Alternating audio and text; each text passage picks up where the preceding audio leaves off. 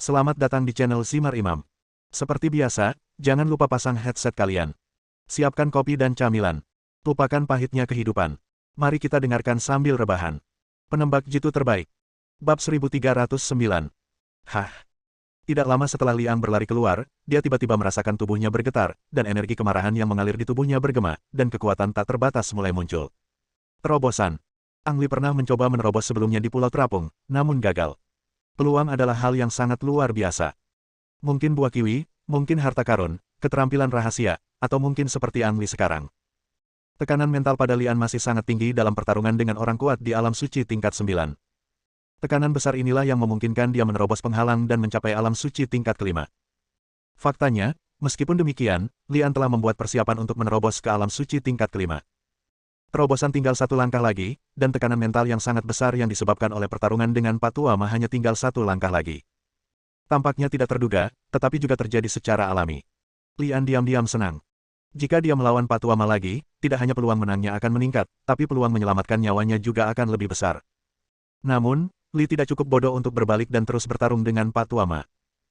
Hanya bercanda, itu adalah ahli Sein Rilem tingkat 9, dan saya datang ke sini untuk mencari peluang, bukan untuk membunuh. Tidak lama kemudian, Lian menemui persimpangan jalan. Ada suara gemerisik dari kedua lorong, dan terlihat jelas ada sesuatu di dalamnya.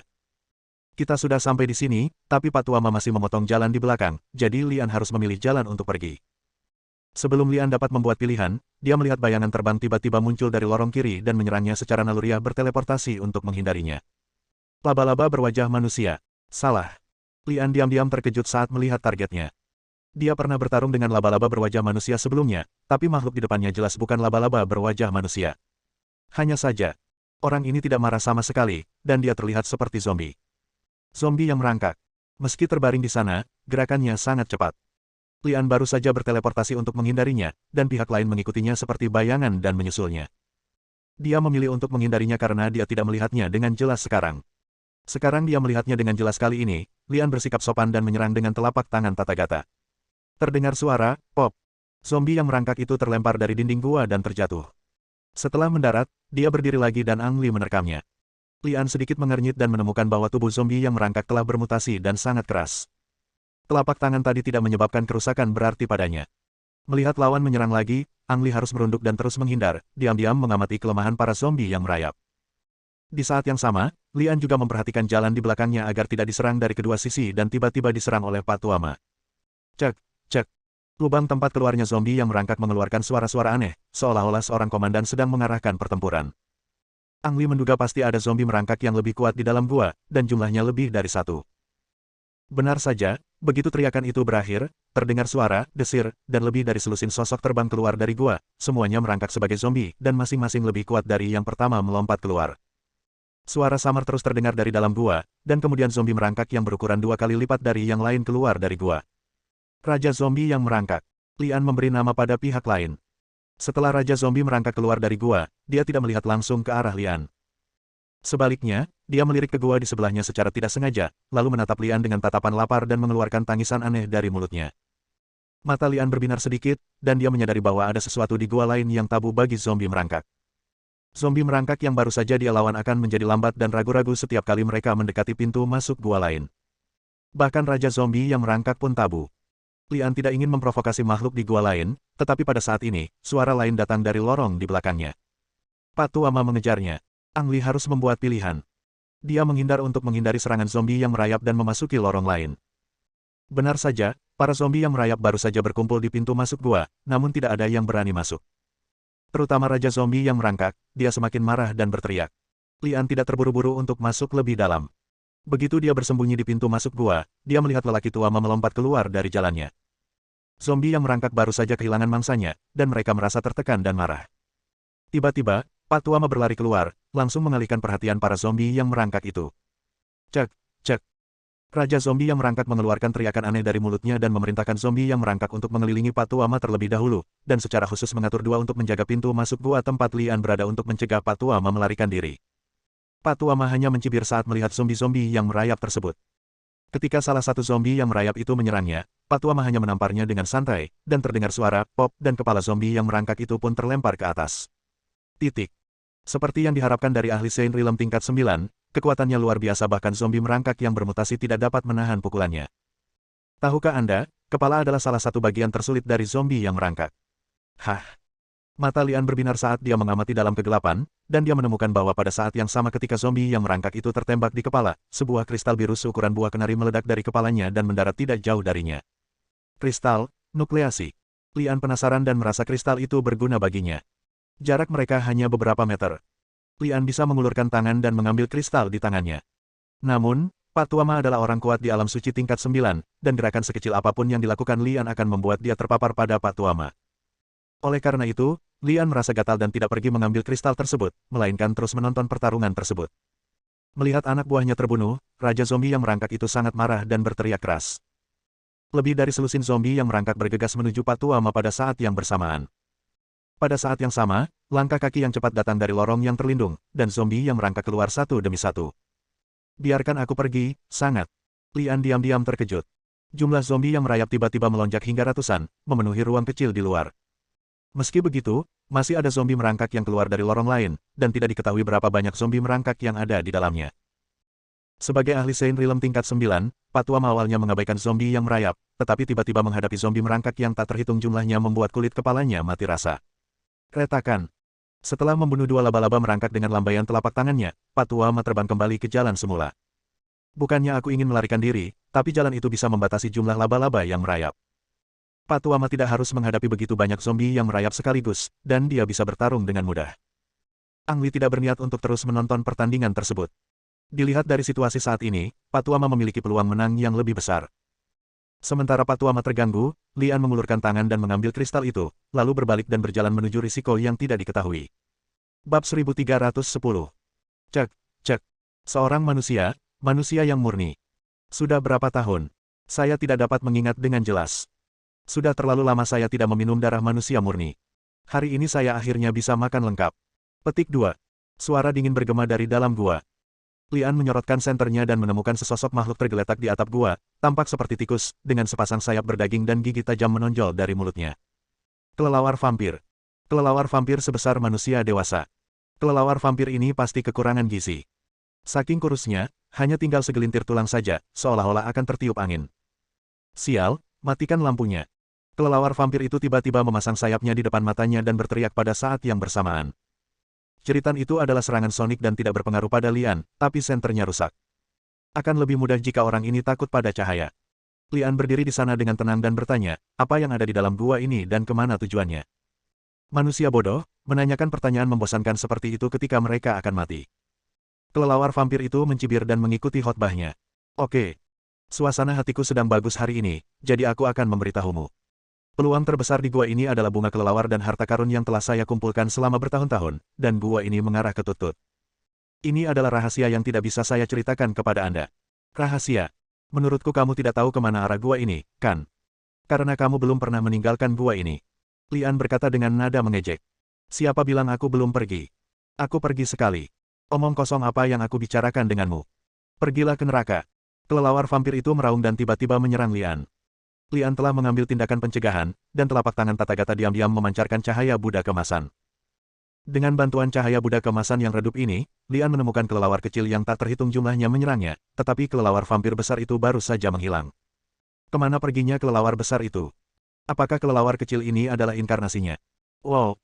Banjir kelelawar kecil berkerumun di depan Lian, dengan sadar bergerak ke kedua sisi. Sialan! Apa menurutmu cahaya itu bisa menghentikanku? Katakan, kamu sudah mati hari ini. Suara kelelawar vampir datang dari belakang Lian, dan kelelawar kecil yang padat itu menghilang. Ang Li tidak mengancam atau menjelaskan.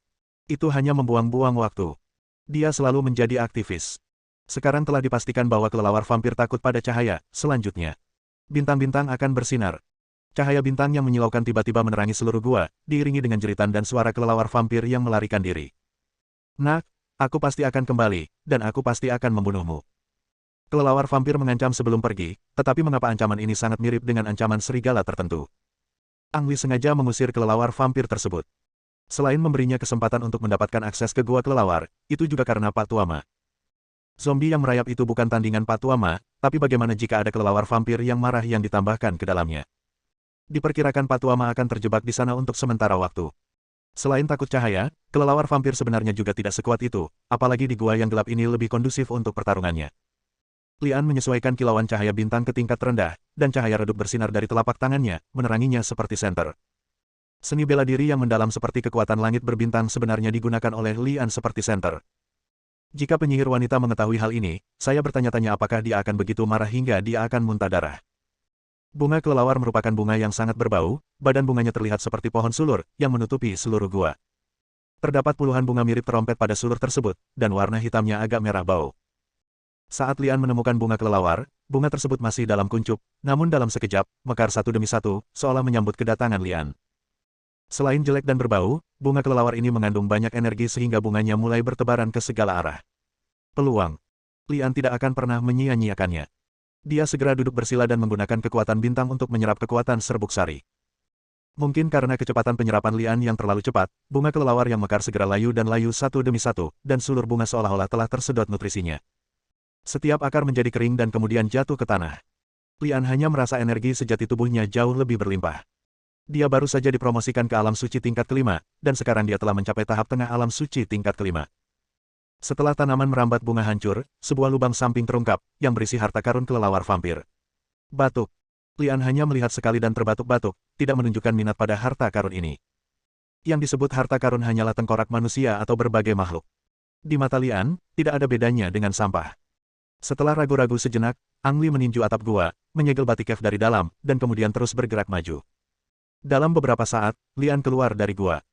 Matanya transparan, dan bunga serta tanaman di mana-mana tiba-tiba datang dari kegelapan ke dunia terang. Tampaknya ini adalah alam rahasia. Bagaimana bisa ada dunia indah penuh bunga di Kunlun yang tertutup es? Dunia ini penuh dengan serbuk sari.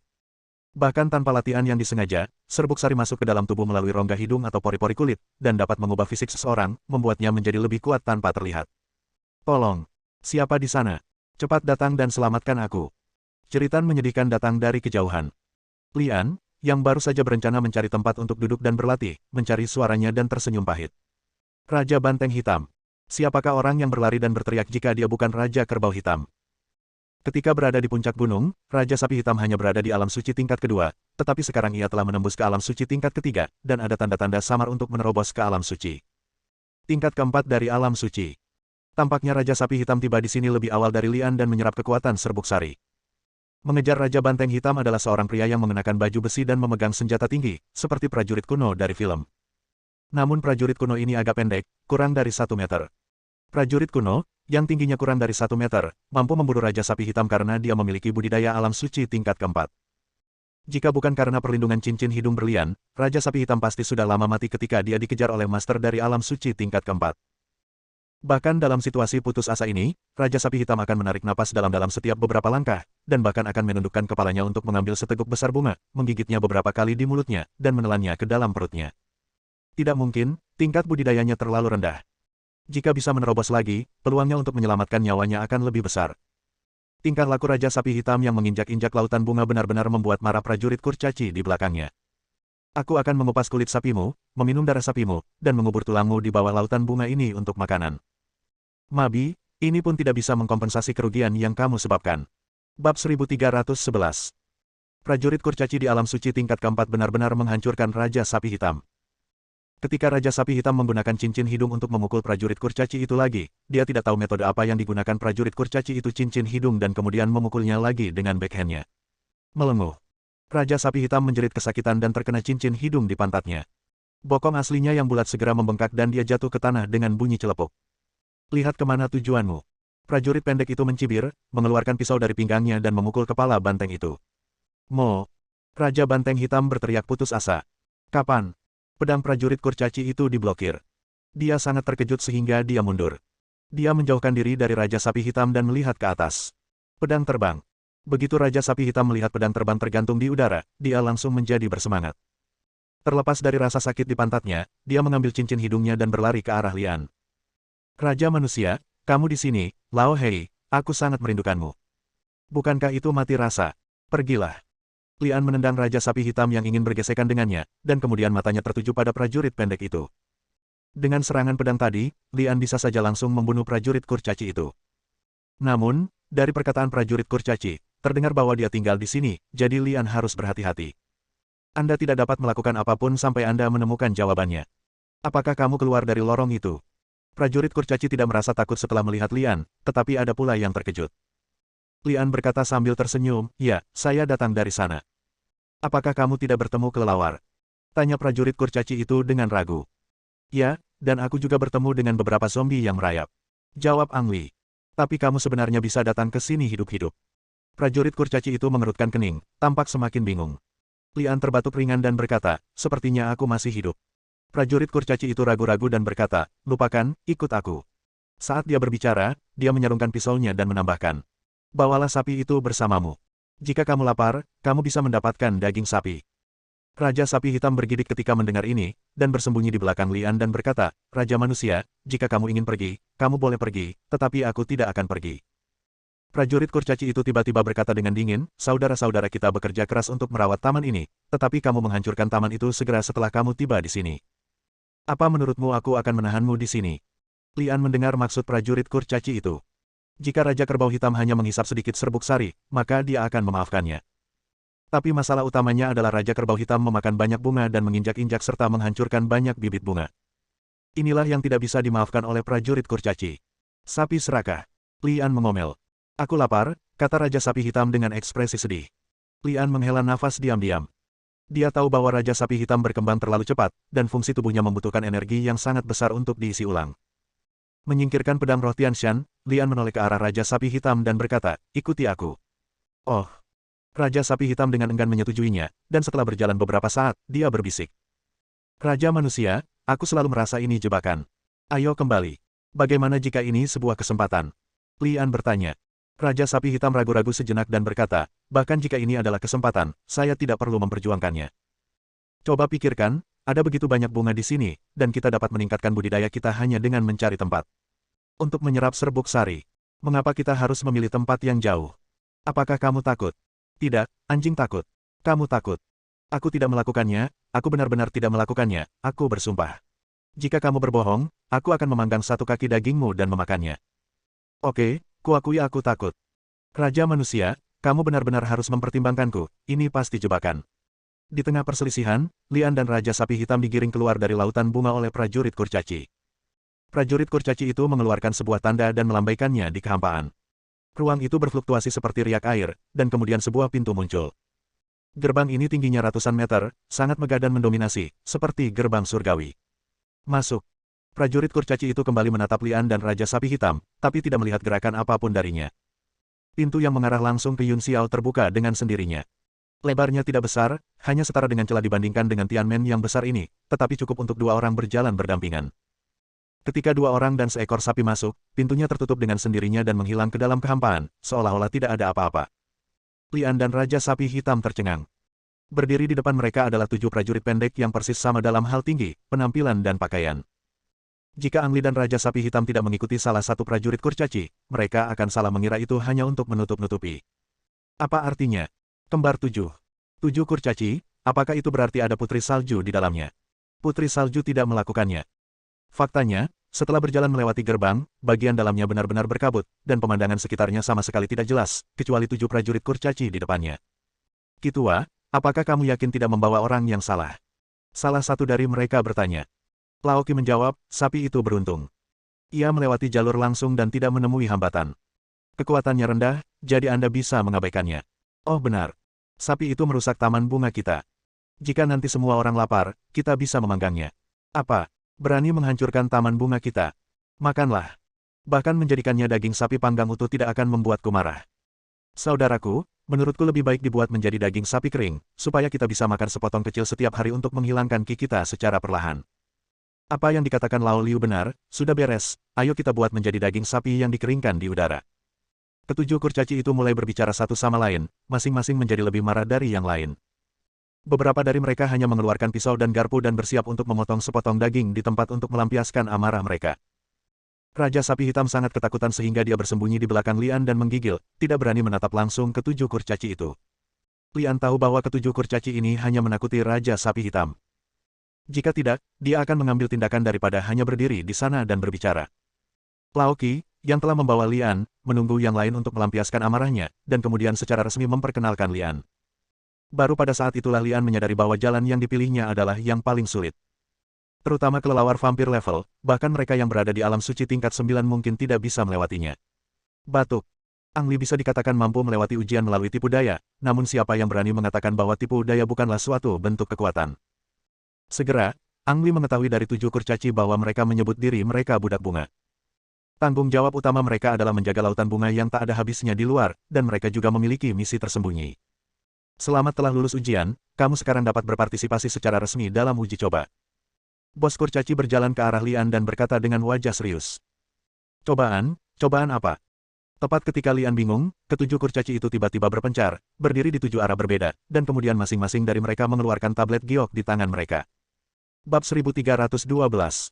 Menara. Jimat giok di tangan 7 kurcaci memancarkan energi yang kuat, seolah membuka antarmuka tersembunyi. Sebuah pagoda yang terbuat dari batu bata abu-abu muncul di depan mereka, dengan setiap lantai tingginya puluhan meter. Sangat aneh. Secara umum, pagoda tersebut berjumlah ganjil, berjumlah 7 lantai, disebut juga pagoda 7 lantai. Namun menara tinggi di depan saya hanya memiliki 6 lantai, dan masing-masing memiliki 6 sudut, setiap sudutnya bertatakan 6 permata dengan warna berbeda. Raja manusia, ada yang tidak beres. Raja sapi hitam berbisik dan mundur ke belakang Lian. Lian tidak berbicara, hanya menatap pagoda aneh ini, berpikir bahwa ujian yang disebutkan prajurit kurcaci itu pasti ada hubungannya dengan pagoda ini.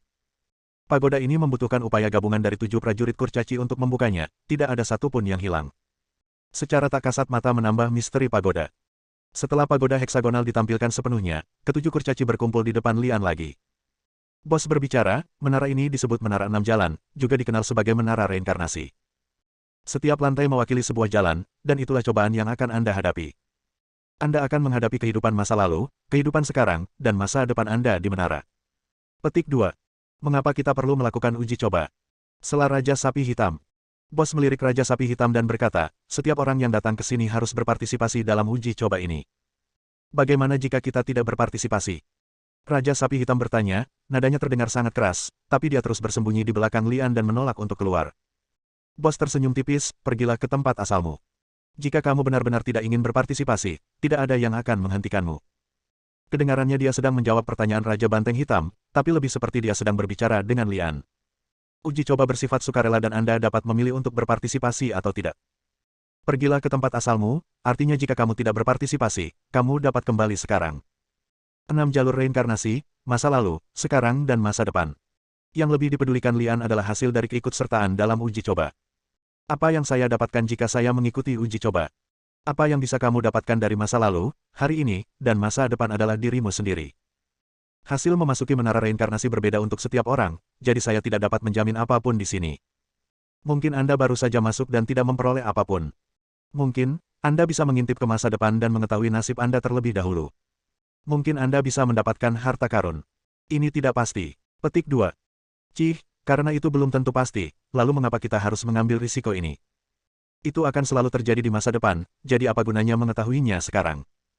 Raja Sapi Hitam berkata dengan nada menghina sambil bersembunyi di belakang Lian. Prajurit kurcaci tidak berbicara kali ini, tetapi memandang Lian sambil tersenyum, menunggu keputusannya. Saya punya satu pertanyaan terakhir. Berbicara. Baru saja kamu mengatakan bahwa siapapun yang datang ke sini dapat memilih untuk berpartisipasi dalam uji coba ini. Aku ingin tahu apakah Lolita dari alam suci tingkat 9 dan bayi monster bermata 3 dari alam suci tingkat 9 juga berpartisipasi. Dalam persidangan ini, rahasianya tidak boleh dibocorkan. Saya hanya bisa mengatakan bahwa ada orang yang telah berpartisipasi dalam uji coba sebelum Anda. Jawaban yang diterima Ang Li ambigu. Seseorang telah berpartisipasi dalam uji coba. Siapa itu? Loli dan bayi monster bermata 3. Secara teori, Loli dan bayi monster bermata 3 akan tiba di sini lebih dulu, jadi mungkin wajar jika mereka memilih untuk berpartisipasi dalam uji coba.